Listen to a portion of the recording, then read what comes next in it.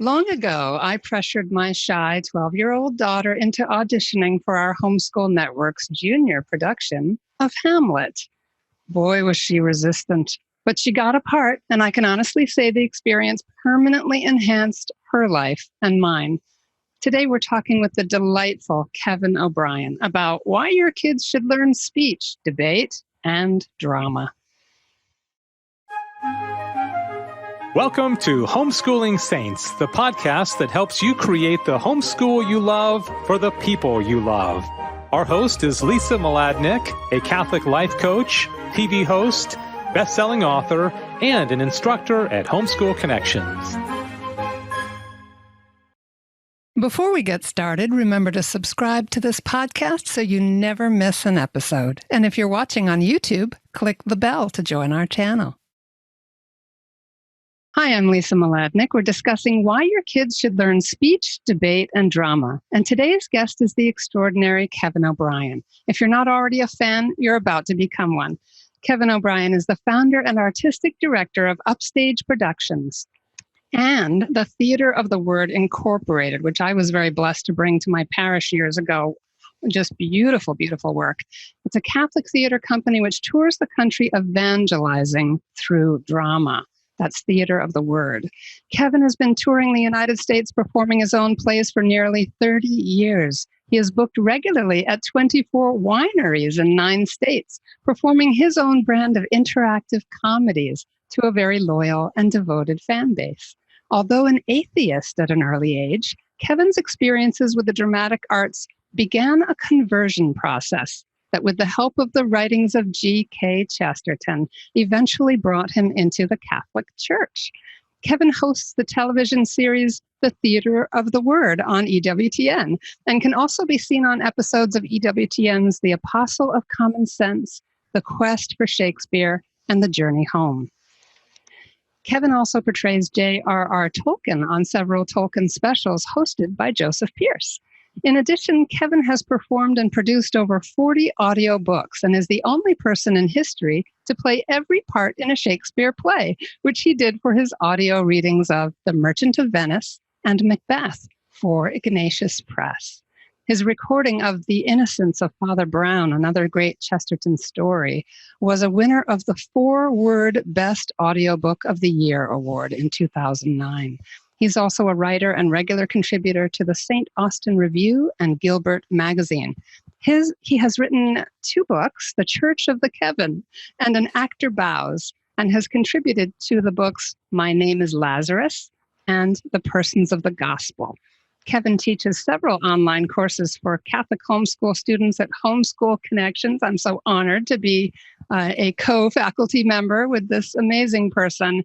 For more information for sort of all things Kevin and lots of really cool resources, visit grunky.com. That's www.grunky.com.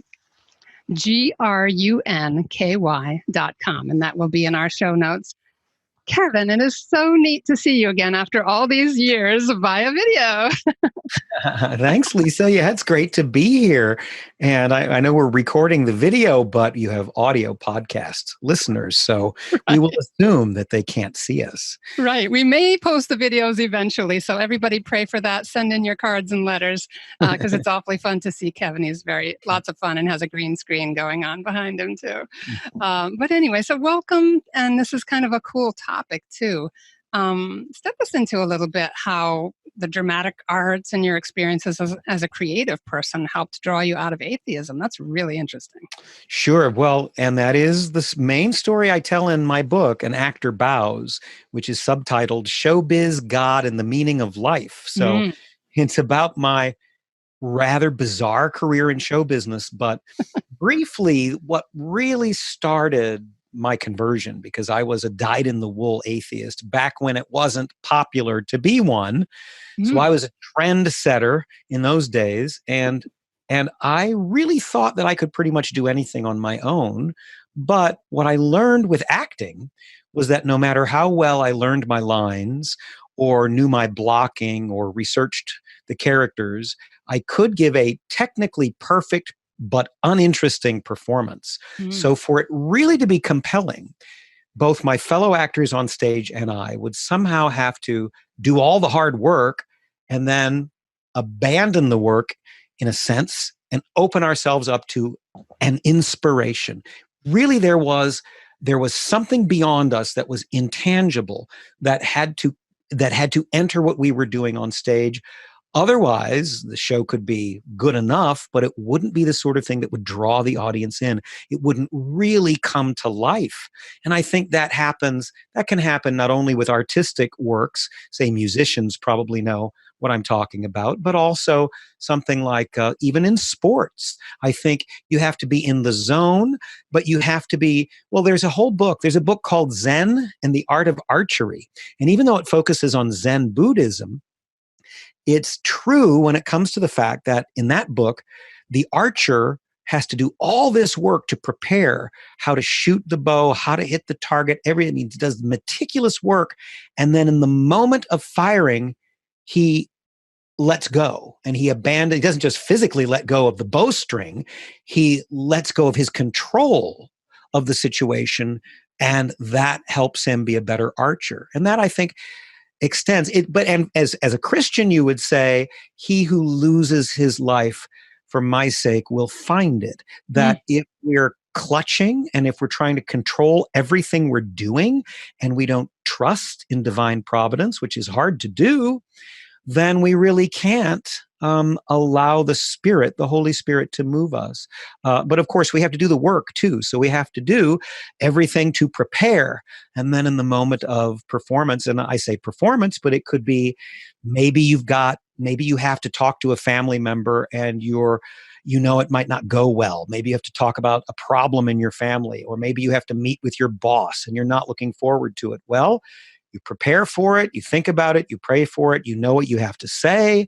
And then in the moment, it's also, as we're told in Scripture, you will be called before tribunals, and don't worry about what you're going to say. The Holy Spirit will give you the words to say in the moment. And that really, I think, applies to so much of what we do.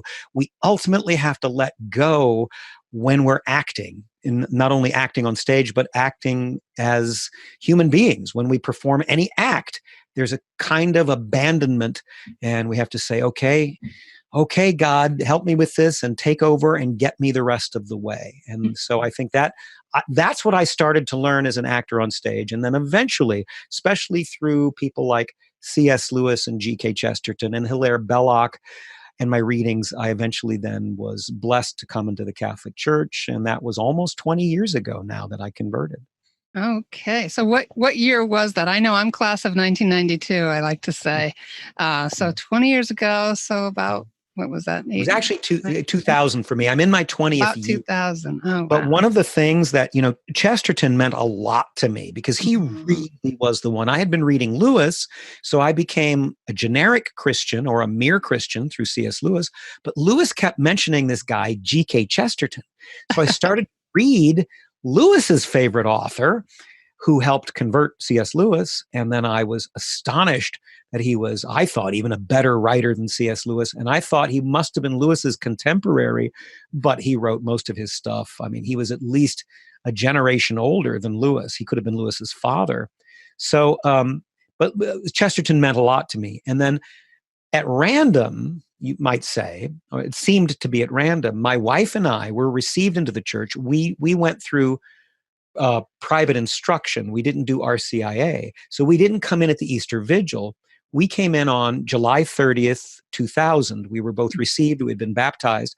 We were both received. We were later confirmed because the bishop couldn't be there. But that's when we first received the Eucharist.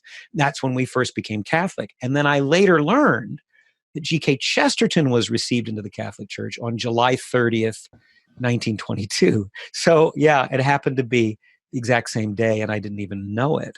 That is so cool. That's a great blessing. Yeah, I mean, there are a decent number of people out there kind of trying to get his cause for canonization opened. And I've just recently received my little prayer card on him. And yeah, I mean, I love the coincidences. As soon as I started to delve back into his writings, I started to have interesting GK coincidences as well. Really? Oh, that's very interesting. Very, very cool. You need to keep note of that. Stuff like that, I think, helps us. Yeah, exactly. Yeah.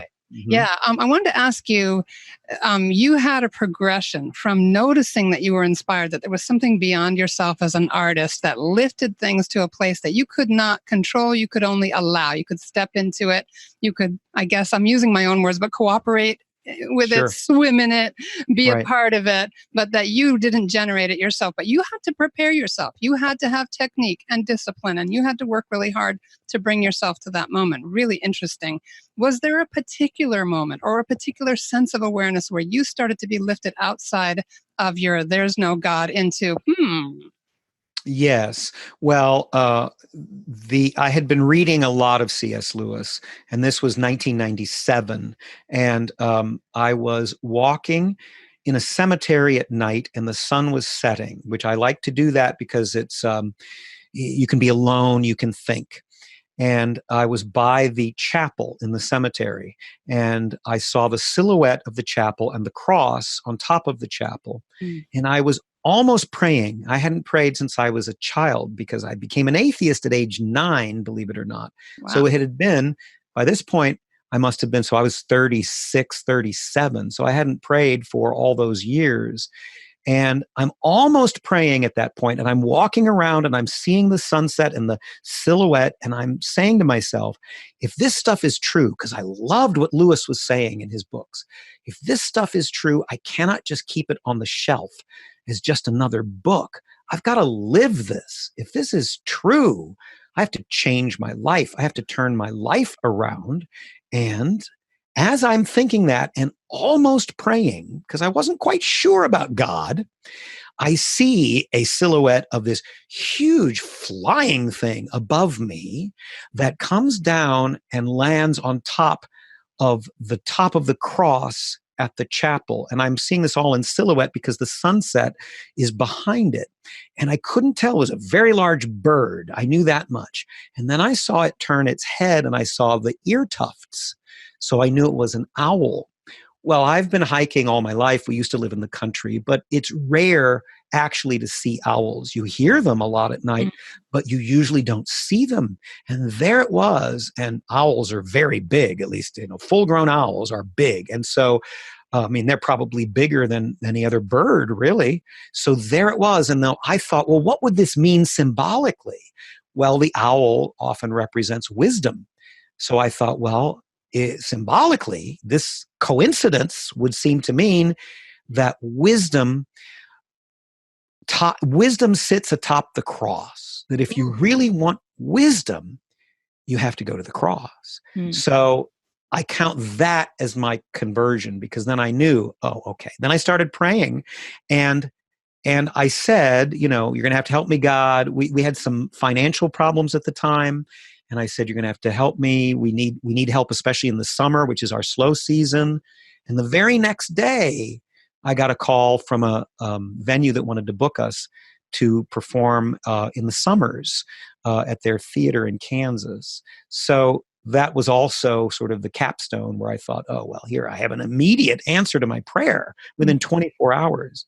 And then I sort of sheepishly told my wife, I think there's something going on, and I think I might be a Christian.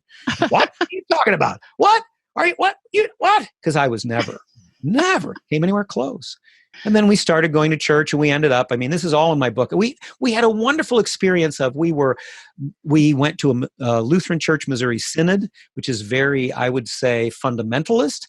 Then we left them and we went to an Episcopalian church, which was very far on the left, and then eventually settled in the middle, which is the Catholic Church. And that was when we came in 2000. So that's the story in a nutshell. I love to listen to people who have a real passion for a subject. It's so exciting. It's so alive. It seems like just listening to your life that because you're a very passionate teacher, you teach a lot of really fabulous courses at Homeschool Connections. Take us, we want to hear what are the benefits, obviously, of this kind of training for our kids. That's where we're headed. But you went from learning from the arts to then teaching the arts. Like you took that passion for what you were learning into that teaching environment. Why do you love teaching homeschooled kids? Well, many of them are really smart. And some of my high school students, I think, are doing college level work even in my classes. Um, and sometimes it's hard for me to keep in mind that they're just teenagers, they're just kids, because some of them really are advanced and have read a lot of great stuff. So I love that. I love the fact that the parents are the primary educators. So for instance, I mean, sometimes the parents will get worried about the tests that my students take on Moodle, and I will say, well, if you think that the tests don't really reflect how much your student knows, because some students do well on tests and some students don't, I say to them, you're the primary educator. You can put on their transcript whatever grade you think is appropriate. You can interview your son or daughter. You can try to find out how much they're really learning.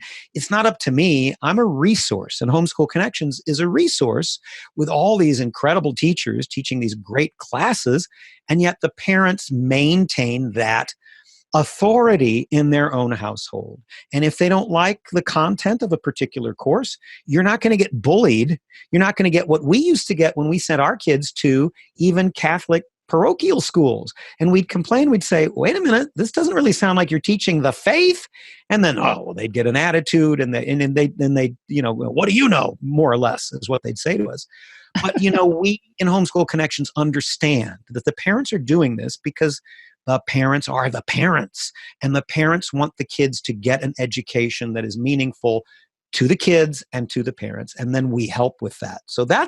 And I love Homeschool Connections because we can really teach whatever we want to teach in the way that we want to teach it. So we have this great latitude, and it really is a wonderful thing. So if people are listening to this and they've just maybe been dabbling in Homeschool Connections, I mean, there are so many courses and so many teachers. I would just encourage you to go deeper into it, because it really is a wonderful organization. And as far as the very subjects we're talking about, which is debate and speech and acting, well, learning speech makes kids really nervous. And if you remember, so Lisa, I imagine, since you're probably not of the homeschool generation, since that's more of a thing that's happened recently, that you went to a brick and mortar school. Did you take a speech class, and did you ever have to give a speech in front of people, and were you scared to death and mortified and shaking in your boots? Well, I was one of those goofy theater kids, and we didn't have a speech or debate opportunity. It was kind of a high school. But when I went to college, it was required that you took a communications course, and you had to get up and learn all sorts of artsy ways of relaxing into your chins and weird things like that, right?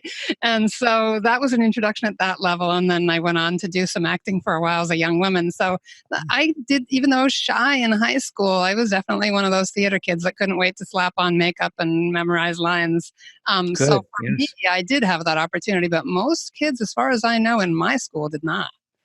Well, so we're giving them the opportunity through my speech courses, and I usually will offer speech maybe every other year, and debate also maybe every other year.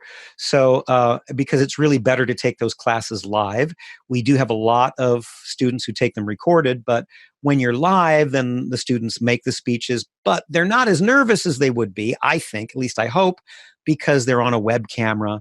They're not physically in front of the other kids. And if they do get really nervous, I try to help. I try to kind of hold their hands, so to speak, and guide them through it.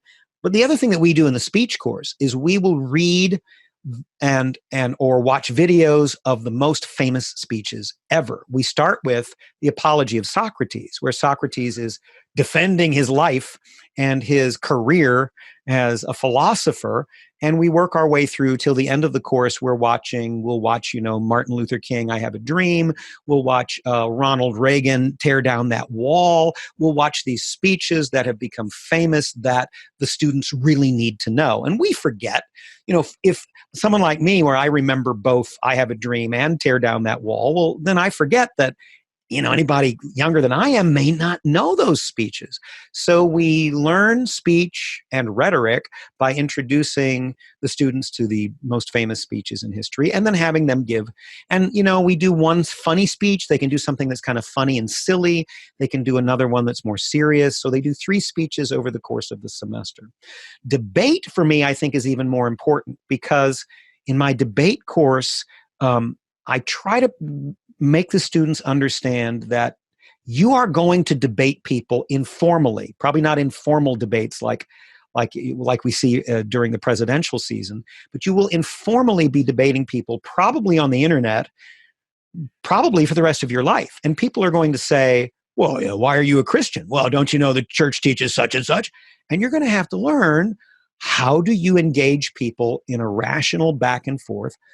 You're going to have to learn when can you not really do that, because when are people being just simply irrational and not willing to engage the actual issues. So we try to kind of prepare the kids for, okay, how are you going to know a subject well enough where you have to make a case for it? And how can you do that with enough communication skills to pull it off?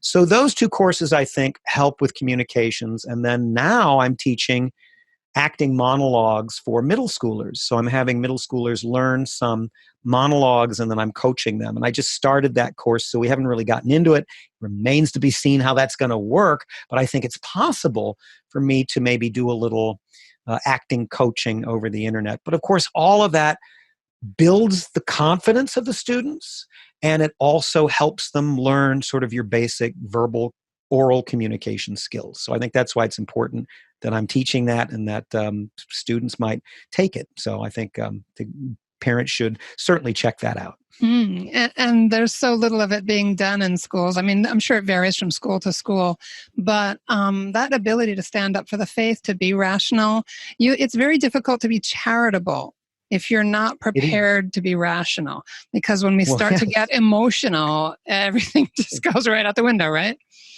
Right. And, there's a connection between emotion and reason. In other words, you should be passionate about what is true. And you should be passionate about, which is one of the reasons we did Theater of the Word, which is to try to bring to life the lives of these saints and to show, for instance, St. Paul's passion for Christ, which, you might not pick up on that if you're just listening to a lector at Mass. But if you see a dramatic presentation of it, you can see that clearly not only was St. Paul brilliant intellectually, but he was also tremendously invested with his entire being, including his emotions. But you're right. I mean, if we react only emotionally, then we can become irrational, and that can be counterproductive if we're trying to defend the faith, for instance. I think that presentation, which we saw, you were doing from St. Paul's letters when we had you come all those years ago, was incredible. Because yes, you hear his brilliance, you hear the depth of his faith, and I think it's really important for all of us every once in a while to get a whiff of what God can do with a person when they're all in. No kidding. And so and my plan for that, when I decided I wanted to do a St. Paul show before it was the year of St. Paul. And so it became the year of St. Paul, which was 2008, 2009 in the Catholic Church. And so that was a blessing for us, because then lots of people wanted to book the show. But my first intention was, if I could find a script for a one-man show, then I wouldn't have to write the show on St. Paul. So I found a guy in California, and he said, oh yeah, I've got a script. And I said, well, email me the first page only. Well, you're going to have to see the whole thing. I said, no, just send me the first page, because if I write my own, I don't want to even unintentionally plagiarize yours. So he sent me the first page. In his version, St. Paul's in prison, and he's addressing the audience, and he says, well, why can't we just get along? I mean, why am I in prison for this? This isn't fair. And it's like, oh man, that is anybody but St. Paul. That is not St. Paul. So then I knew I'm going to have to do it. So my goal was, okay, if St. Paul really came to your parish, what would happen? What would it be like? Would people want to stone him, as they did more than once? Would he be beaten? Would he be imprisoned? What would it be like to have an apostle that passionate, who met Jesus Christ on the road to Damascus, and his life turned around completely? What would it be like to have that man in your midst? So that was my goal in that show. And I think we pulled it off, because we really seemed to make an impact on people. And I loved Well, we got to hang out with you and talked with you for a long time afterwards, and it was just a great experience. So wonderful. Well, good.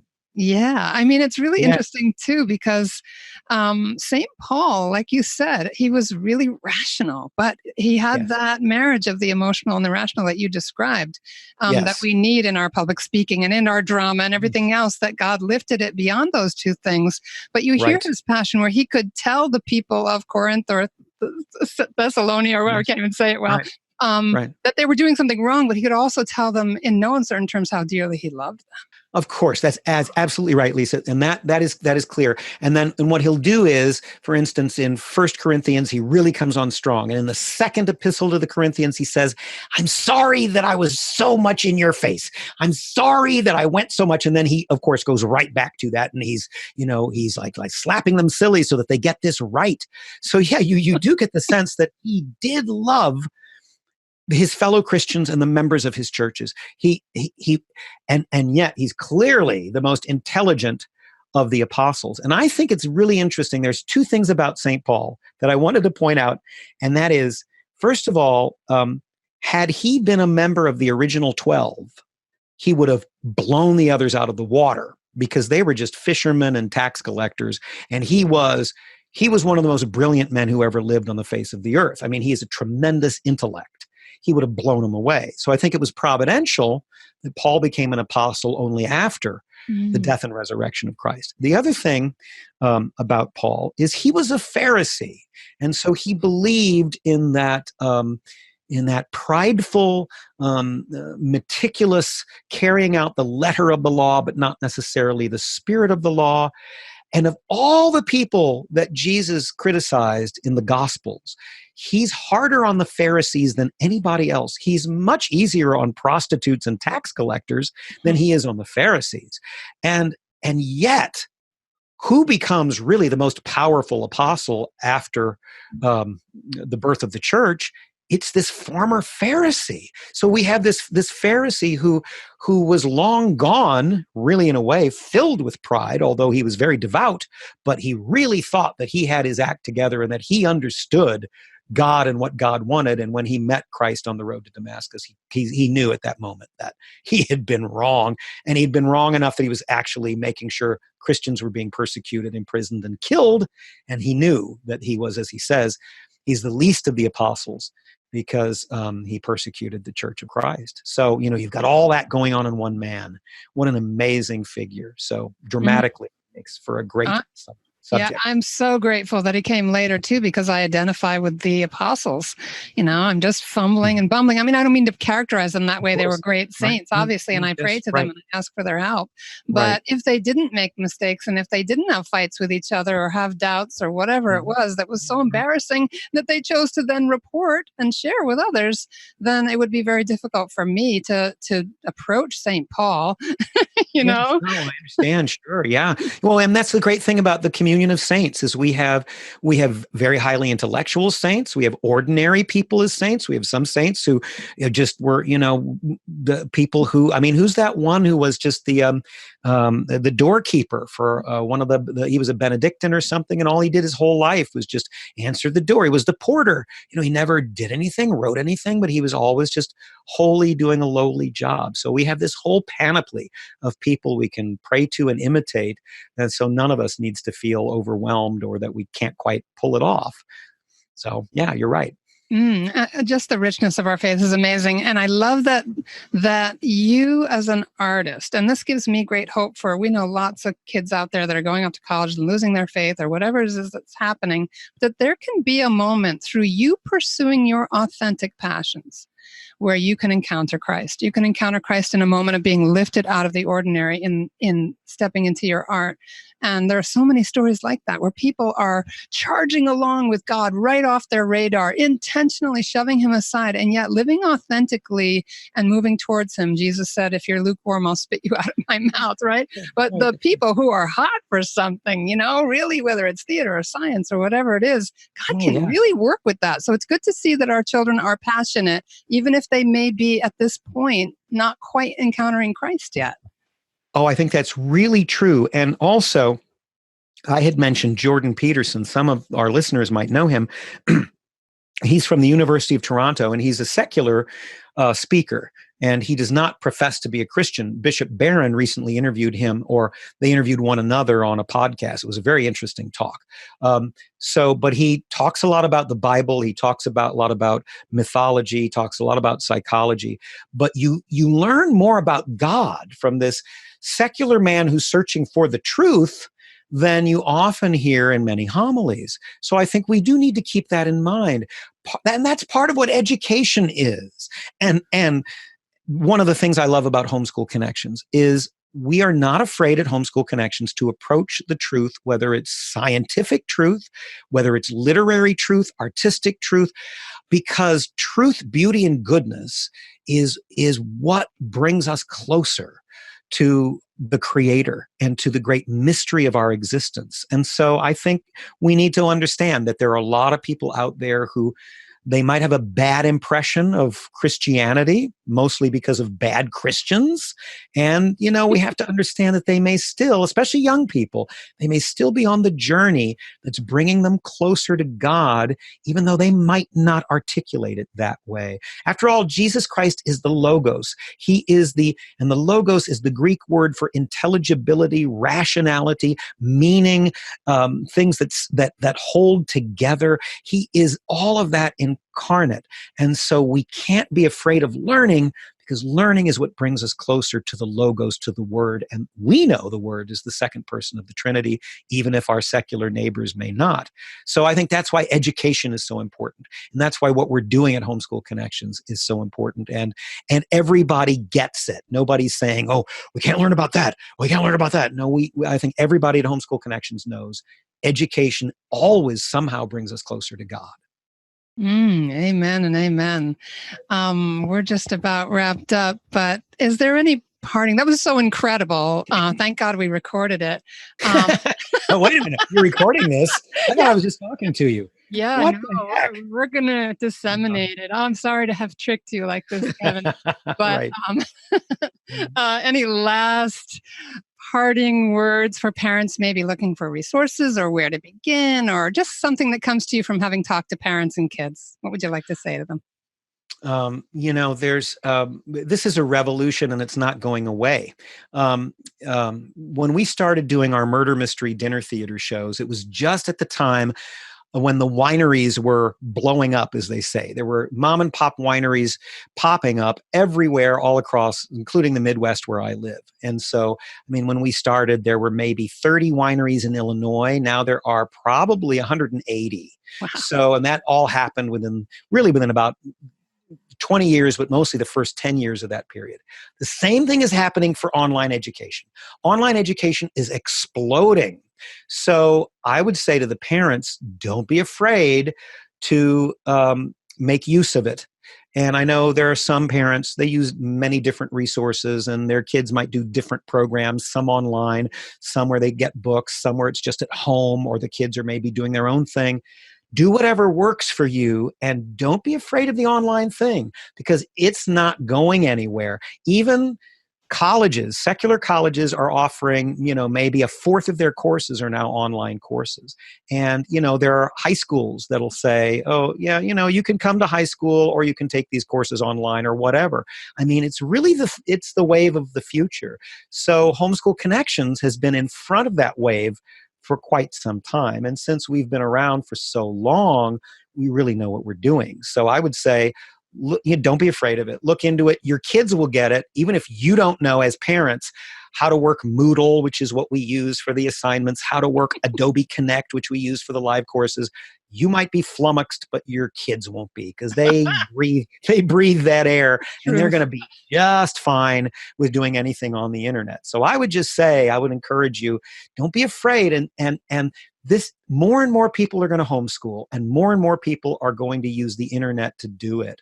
So we're here for you, and make use of this resource. And that joy, by the way, is just so real. As much as you talk to other families that have been at Homeschool Connections, you will find out very quickly how good Walter and Maureen Crawford, who own the company, are to the parents and the children. They're amazing, but they're also amazing to us as instructors. They are seamlessly saintly, kind, and generous, and brave, and can't say enough about them. So thank you for your witness on that, Kevin.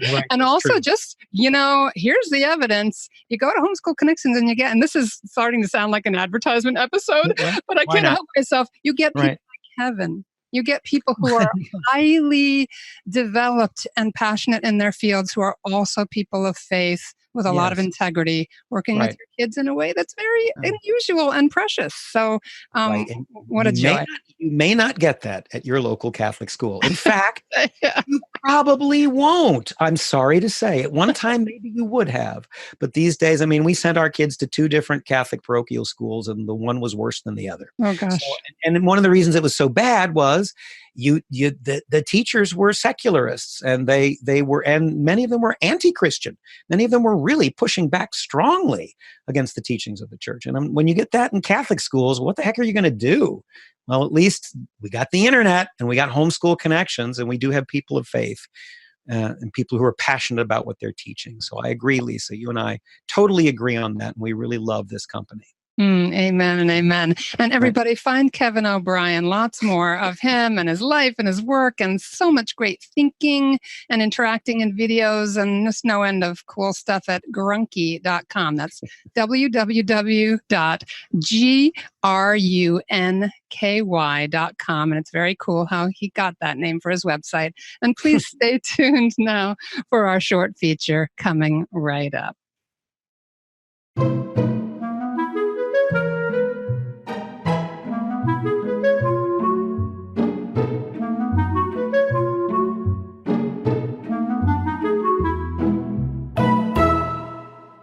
Hi, I'm AJ Catapan. Welcome to Books and Blessings, a place where I get to share with you some of my favorite books for Catholic teens and tweens. Today, I'd like to introduce you to St. Magnus, the Last Viking, a novel by Catholic author Susan Peake. Susan Peake's specialty is writing action-packed adventure stories based on the lives of some lesser-known saints, and her YA novel based on the life of St. Magnus is no exception. In the 11th century, Magnus Erlendsson became the second son to one of the 2 rulers of the Orkney Islands, just north of mainland Scotland. And no, you didn't hear wrong. I said 2 rulers, not 1. Due to the strange change his grandfather made to his will on his deathbed, Magnus's father and uncle are co-rulers of the Orkney Islands. And when they die, Magnus's older brother and cousin are set to be co-rulers. However, Magnus's cousin Håkon has other plans. He wants to rule on his own without Magnus's older brother ruling beside him. A rash decision on Håkon's part leads him to being banished from the kingdom. But he blames Magnus, not his own violent actions, for his exile. As for himself, Magnus is a brave young man who wants all men to forgive each other's wrongdoings and turn their hearts to God. His only desire is to bring peace to his homeland, but that's not going to be easy when Håkon has his heart set on revenge. Susan Peake's tale is a fast-paced thriller that moves from one battle scene to the next. With fights involving swords and axes in and around Scotland, I couldn't help but picture the movie Braveheart while I read this. However, unlike Mel Gibson's movie, the main character in Susan Peake's novel is a pious young man who would rather spend his time in prayer than in battle. Nonetheless, Magnus is a brave soldier who isn't afraid to take up his sword when it's time to defend his family and his homeland. Susan Peake's novel, St. Magnus, the Last Viking, is not a quiet book of saintly virtues, but rather a deeply engrossing tale of how one might live a life of prayer and penance, even in the midst of heroic action. St. Magnus, the Last Viking has been awarded the Catholic Writers Guild Seal of Approval and is available in both English and Spanish. To see more book suggestions, visit my website at ajcatapan.com. There you can also learn about my own books for young readers, including my middle grade novel, 7 Riddles to Nowhere, and my award-winning YA novel, Angelhood, which has been called a teen version of It's a Wonderful Life. Thanks for joining me on Books and Blessings.